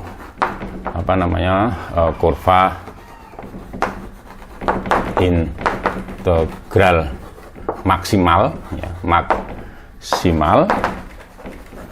yang berawal di P tadi, ya, berawal di P. Ya, selalu gitu ya. Jadi kalau dicontohkan titik P anggota domain X, ya, maka kemudian kita bisa selalu menemukan suatu kurva integral maksimal yang berawal di titik P itu. Ya, ini suatu hasil yang penting ya, suatu hasil yang penting. Nah, hal yang perlu dicatat nanti akan saya tuliskan ya. Jadi yang pertama adalah bahwa domain dari kurva integral maksimal itu tidak harus meliputi seluruh R gitu. Tidak meliputi seluruh R. Nah, ada kejadian atau kasus-kasus khusus ya ketika kurva integral maksimal itu meliputi seluruh R domainnya, ya, domain kurva integral maksimal diberikan P anggota M, domain kurva integral maksimal milik X, ya, itu sama dengan R, jadi dari minus infinite sampai infinite itu. Nah, secara umum I itu subset di R, ya, proper subset di R, tidak harus sama dengan R gitu.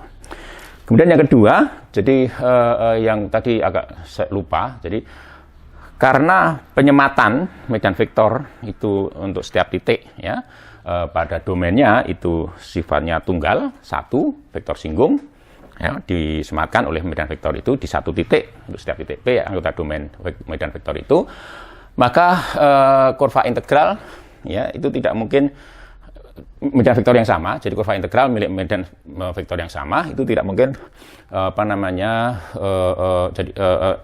beririsan, ya, berpotongan gitu, berpotongan. Jadi kurva integral milik medan vektor yang sama tidak mungkin berpotongan di satu titik. Ya, jadi kalau itu terjadi maka nanti penyematan akan kita temukan dua vektor singgung, ya, pada kedua titik yang di titik yang sama itu. Jadi misalnya ini, ya, ini kurva integral milik medan vektor X, ini kurva integral medan vektor X yang sama. Artinya bahwa ini punya vektor singgung sana, ini kurva yang ini, ya, kurva yang ini memiliki vektor singgung sana gitu. Oke, nah titiknya sama di situ, misalnya titik P. Artinya tadi bahwa di titik P itu, ya, vektor singgung pada kurva itu sama dengan ini vektor singgung yang diberikan oleh medan vektor di titik itu. Jadi artinya ada dua vektor singgung yang diberikan oleh medan vektor titik yang sama, dan itu tidak mungkin. Ya, tidak mungkin. Jadi penyematan itu hanya satu vektor singgung yang disematkan, ya. Jadi satu vektor singgung oleh medan vektor X disematkan untuk satu titik di dalam domain medan vektor itu. Jadi ini tidak mungkin terjadi. Artinya bahwa kurva-kurva integral suatu medan vektor, ya, pada suatu wilayah itu tidak mungkin beririsan satu dengan yang lain. Oke, gitu ya. Good. Nah, berikutnya ada yang khas, ya. Jadi nanti ada klasifikasi tertentu yang disebut terkait dengan medan vektor. Jadi suatu medan vektor dikatakan lengkap, ya, saya katakan dulu, nanti saya tulis, ya. Suatu medan vektor dikatakan lengkap atau komplit, ya, pada suatu manifold itu apabila di setiap titik P, ya, pada manifold itu selalu dilewati oleh tadi kurva integral maksimal milik medan vektor X itu memiliki domain seluruh R gitu. Jadi I-nya sama dengan R gitu. Nah, itu disebut medan vektor yang lengkap gitu. Oke, ini saya tuliskan di sini, ya.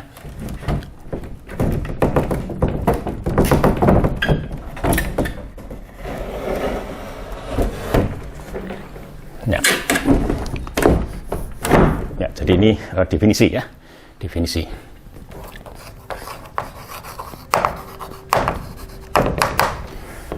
Suatu medan vektor ya, satu medan vektor X, ya, anggota anggota XM, ya, anggota XM, ya, dikatakan ya lengkap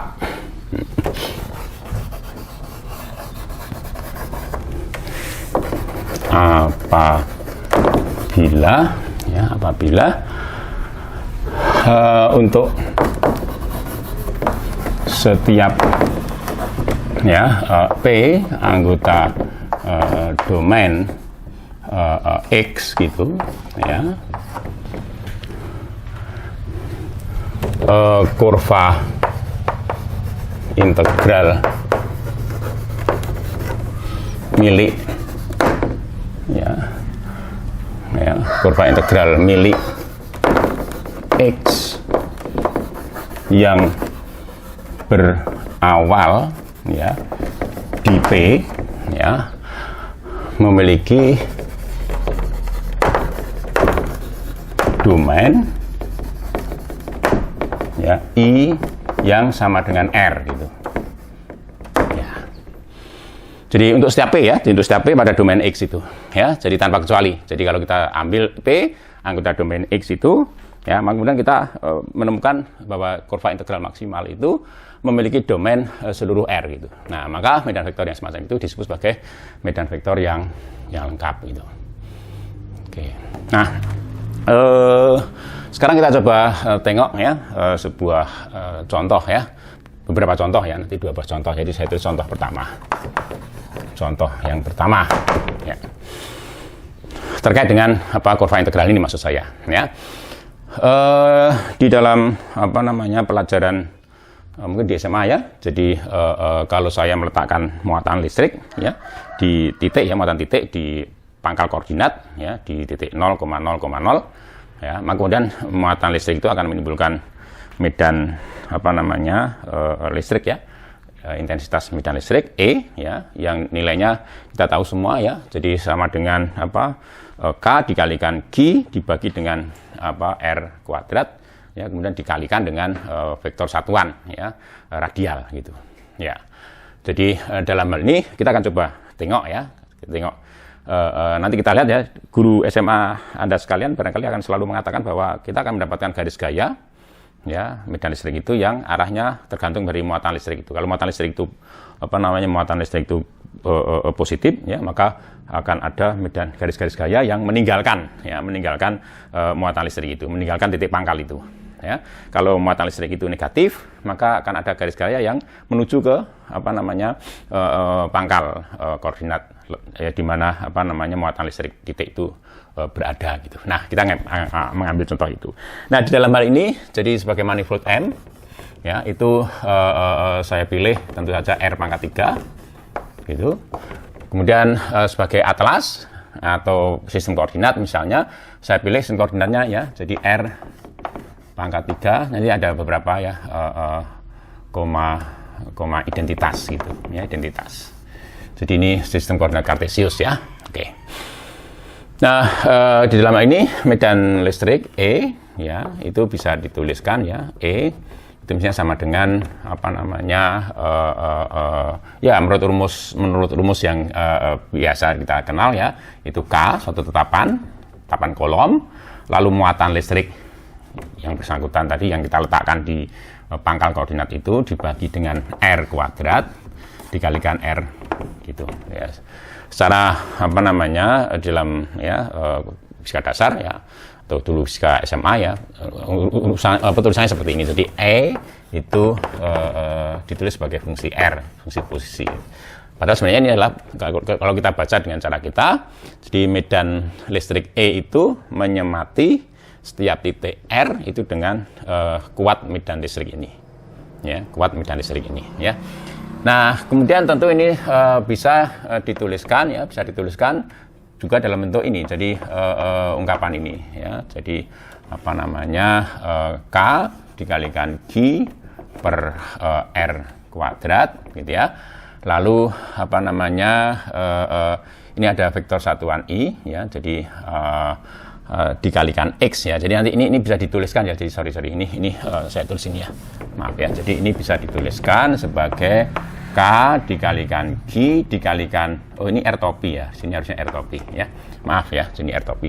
Nah, R topi bisa diganti dengan R per R. Jadi ini R lalu dibagi dengan R pangkat 3 ya. Oke, maaf ya. Jadi harusnya ini ya. Jadi ER itu sama dengan K G dikali R topi per R kuadrat. Nah, kedua ini pembilang dan penyebut kita kalikan dengan R sehingga kemudian kita dapatkan ungkapan ini. Jadi R dikalikan R topi hasilnya vektor R, kemudian R kuadrat dikalikan R hasilnya R pangkat 3. Ya. Nah, dari sini kemudian kita bisa menuliskan bahwa ini ya per komponen ya itu bisa ditulis seperti ini ya.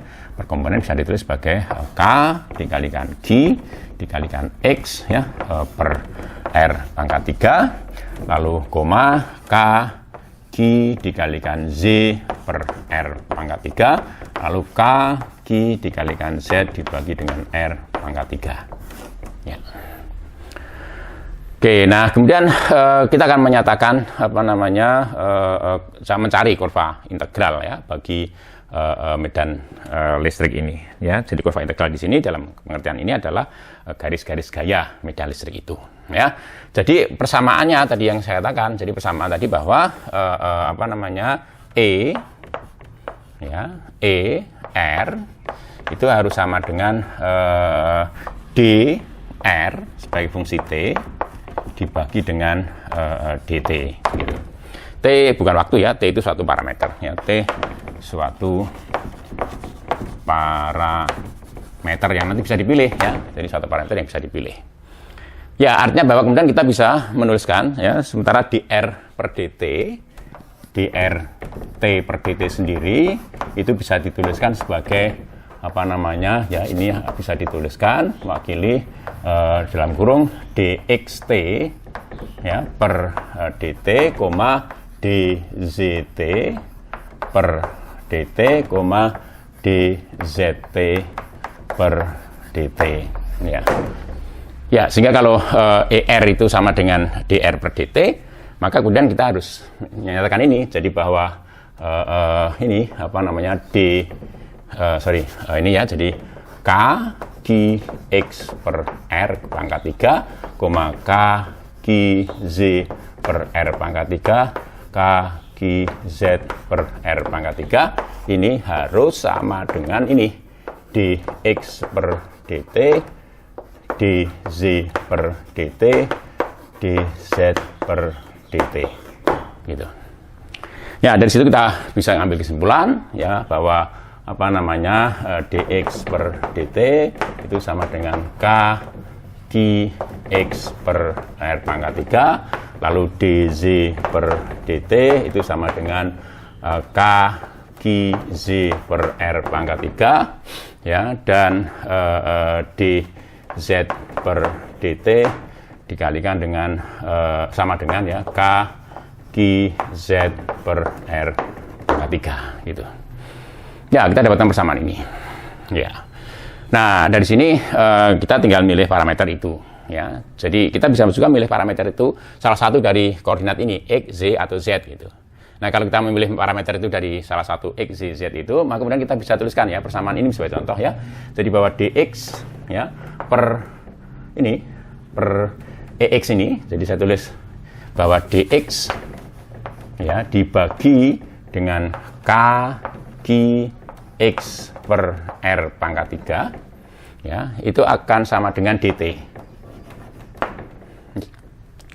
Demikian juga dz per ini K G ya Z per R pangkat 3 itu sama dengan dt juga. Demikian juga dz ya per K G Z per R pangkat 3 itu sama dengan dt. Semuanya sama dengan dt. Jadi artinya bahwa ini dx per kg R pangkat 3 itu sama dengan dz per kg z R per R pangkat 3 dan seterusnya ya. Itu sama. Sehingga kemudian kita nanti dari situ kita bisa menyelesaikan persamaan itu. Oke, saya hapus dulu ya. Saya hapus dulu. Ya, dari ungkapan itu ya kita mendapatkan misalnya dx ya per k Q x per r pangkat 3 itu sama dengan dz per k Q z per r pangkat 3 gitu. Ya, dari sini tentu kita akan mendapatkan bahwa dx per x ya, jadi karena ini sama ya, kaki r pangkat 3 kaki r pangkat 3, maka dx per x itu sama dengan dz per z gitu. Oke, nah mungkin dari persamaan yang ini, jadi misalnya kita ambil ini dan ke pertama dan ketiga, kita akan mendapatkan bahwa dx ya per x itu sama dengan dz per z ya. Kemudian dari yang ketiga dan kedua dan ketiga, kita mendapatkan bahwa dz per z itu sama dengan dz per z gitu. Oke, sekarang kita coba ambil persamaan yang pertama ini ya, jadi bahwa dx per x itu sama dengan dz per z. Kemudian kita integralkan, kedua ruas kita integralkan sehingga kita dapatkan bahwa ln x ya, jadi kalau keduanya diintegralkan ditambah dengan c misalnya suatu tetapan, tetapannya saya tulis sebagai misalnya zeta ya, zeta aja ya, zeta, maka zeta 1 misalnya ya, maka ini akan sama dengan lnz gitu ya.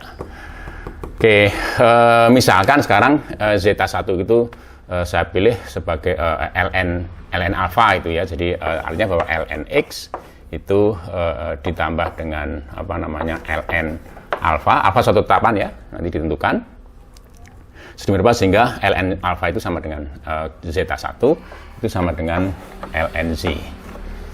Oke, nah kemudian ini tentu sama dengan ln ya, alpha dikalikan x itu sama dengan lnz ya, dan akhirnya kita dapatkan bahwa alpha x itu sama dengan z ya, atau z ya sebagai fungsi x itu sama dengan alpha x gitu.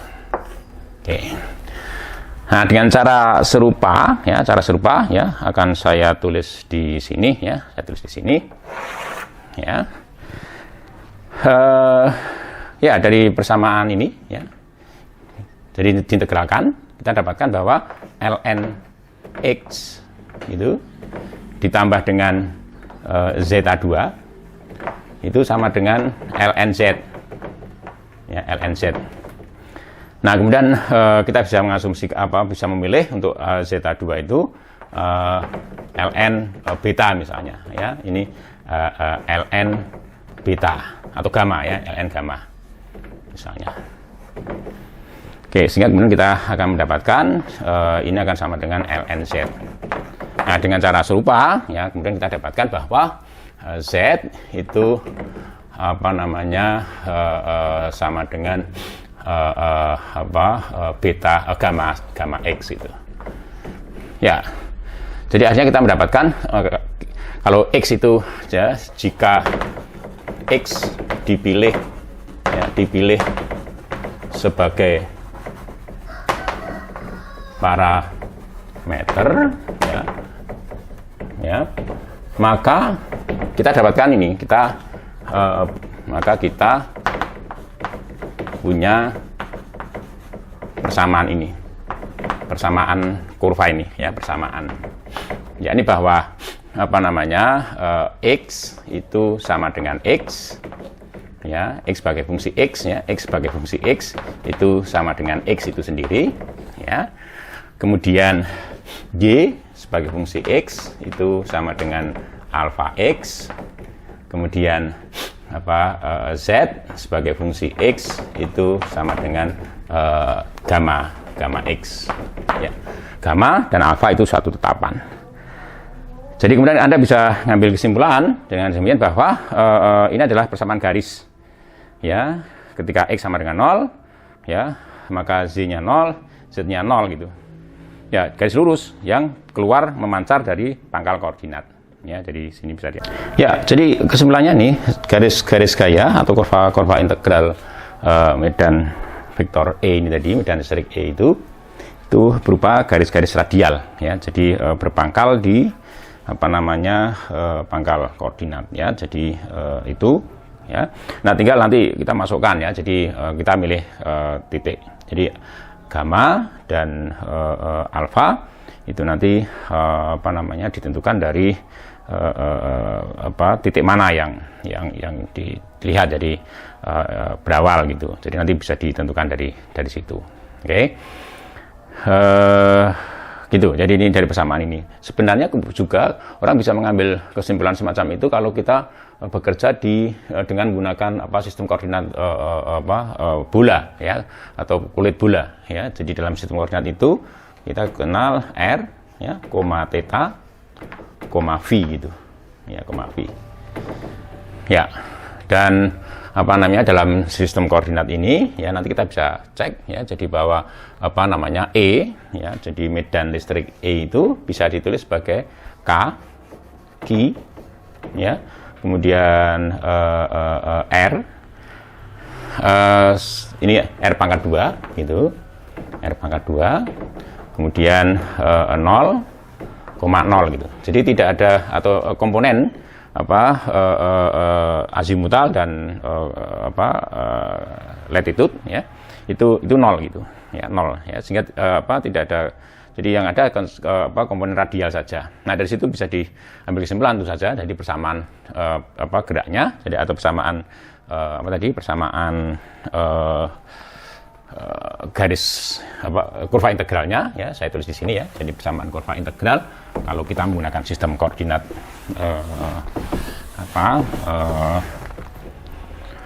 kulit bola itu misalnya, maka terdapat persamaan ini. Jadi dr per dt ya, itu akan sama dengan k q per r itu. Jadi k q per r ya, Q itu muatan tadi ya.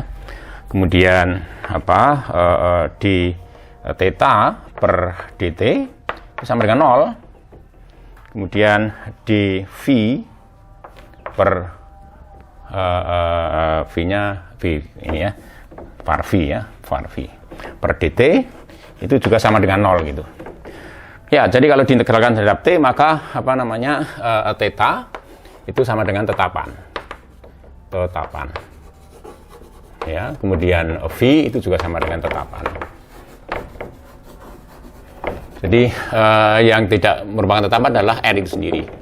Jadi R-nya berubah gitu. Jadi orang bisa mengambil sebagai T itu R misalnya, ya, radial artinya ya. Jadi artinya bahwa dari sini kita nggak bisa ngambil kesimpulan bahwa kurva ya, dengan R sebagai fungsi T, lalu 0 suatu tetapan ya, tetapan alfa, beta misalnya tetapan itu. Jadi ini adalah garis yang radial. Ya, ini garis yang radial.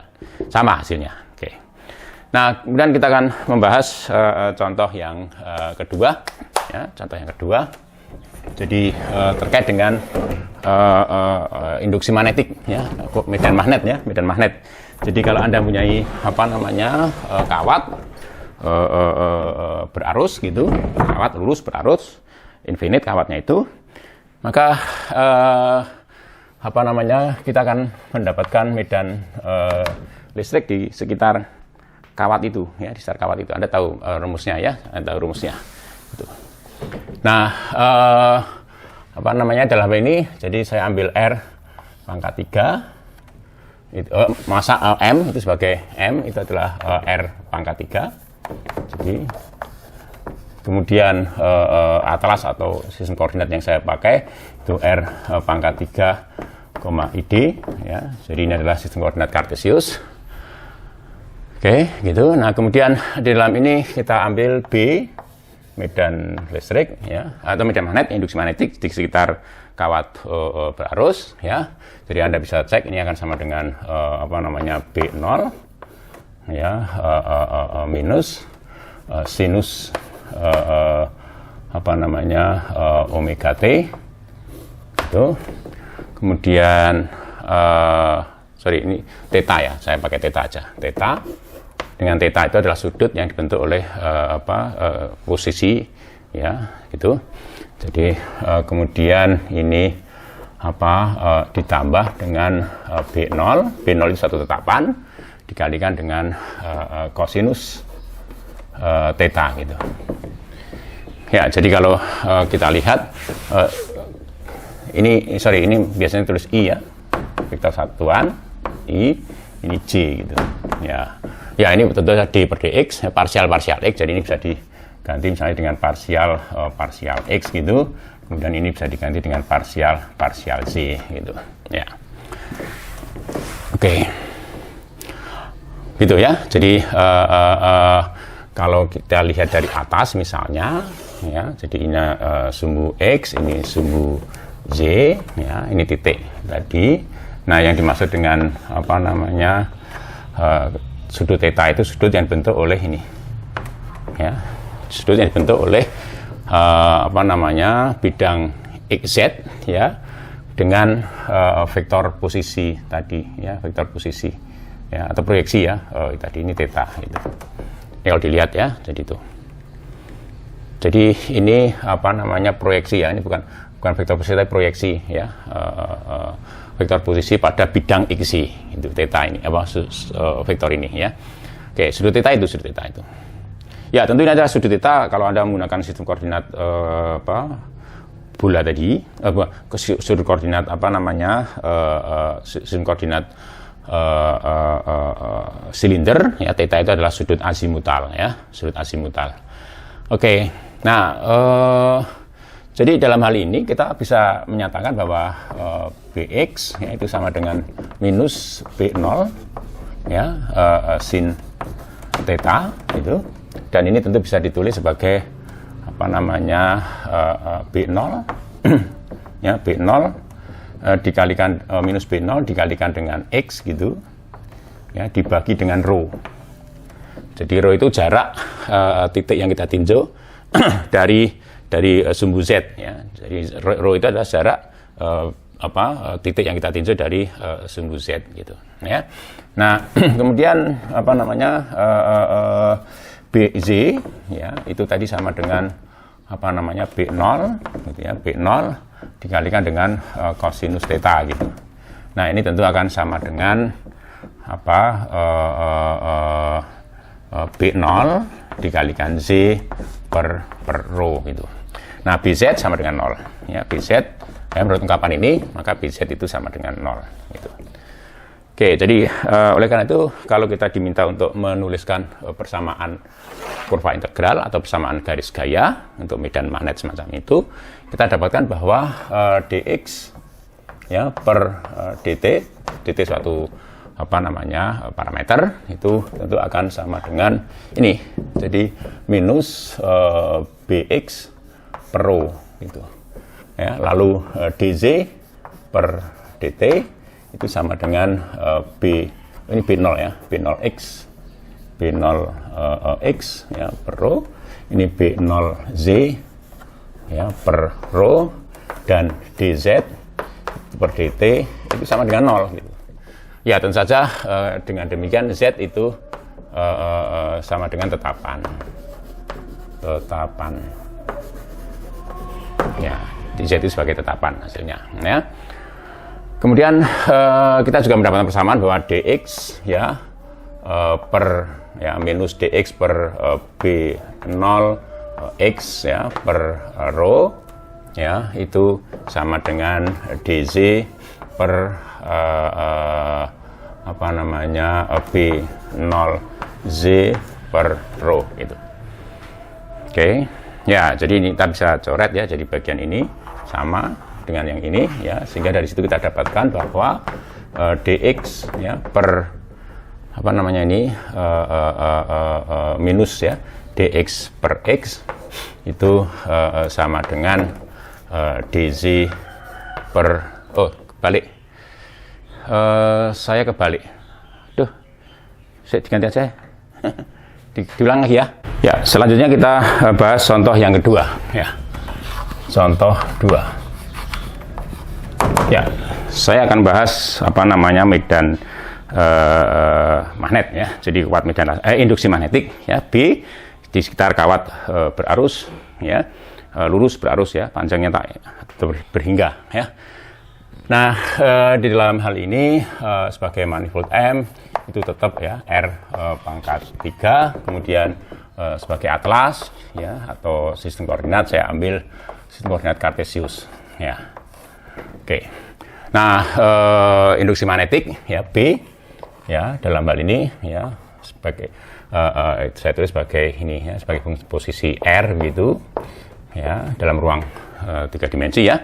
Ini akan sama dengan B0 minus ya ini apa namanya sinus X sinus theta ya I ditambah dengan B0 kosinus theta J ya.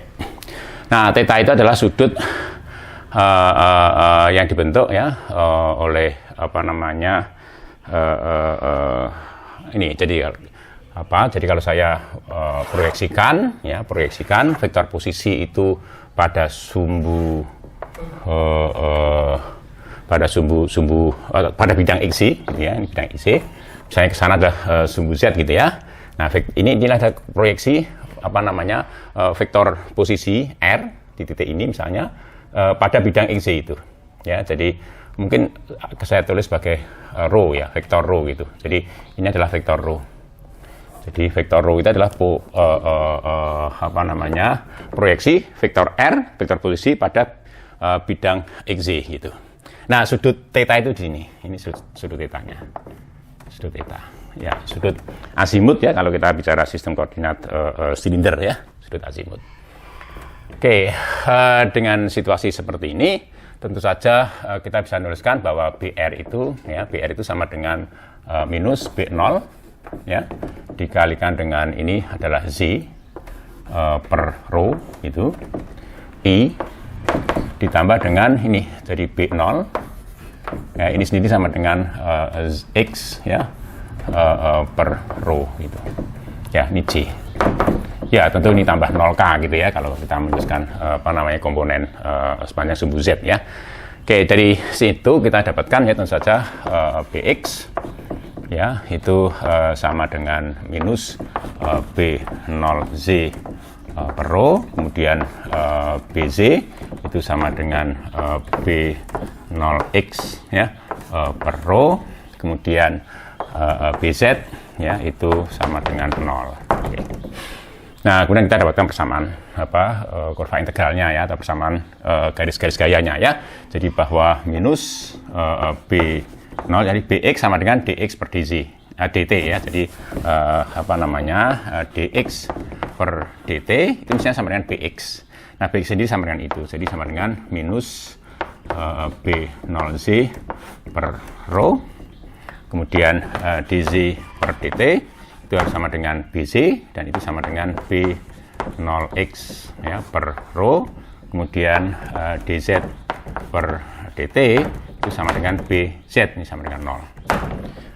Oke, kita dapatkan persamaan kurva integral seperti itu ya. Oke.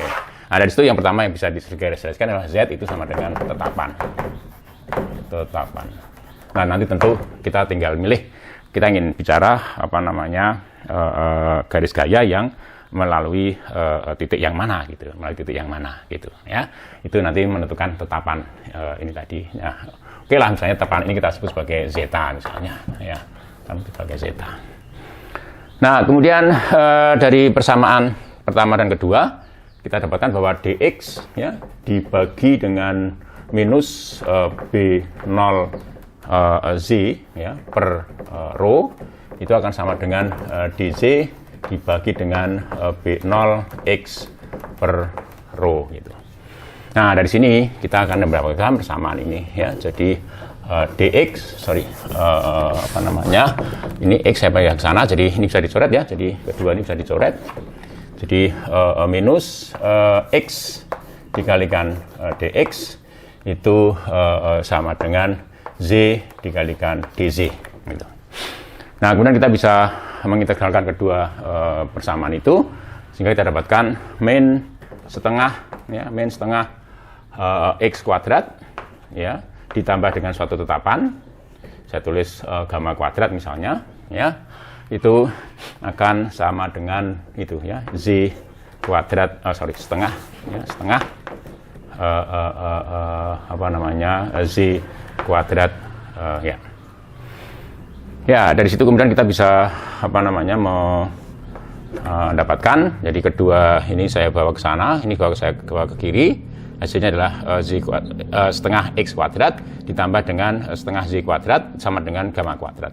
Atau ini saya tulis 2 dikalikan gamma kuadrat ya, sama dengan x kuadrat ya, ditambah dengan z kuadrat. Jadi gamma kuadrat ya, kalau gamma bisa saja 0 dan itu akan tidak mungkin ya, artinya bahwa ini harus positif ya, karena tadi sehingga kemudian kita dapatkan ini tadi. Jadi lihat ini, jadi ini kita dapatkan persamaan ini adalah persamaan lingkaran ya, ini persamaan lingkaran karena z-nya sudah tetapan ya, jadi z-nya tetapan, maka ini adalah lingkaran pada bidang z sama dengan zeta itu ya.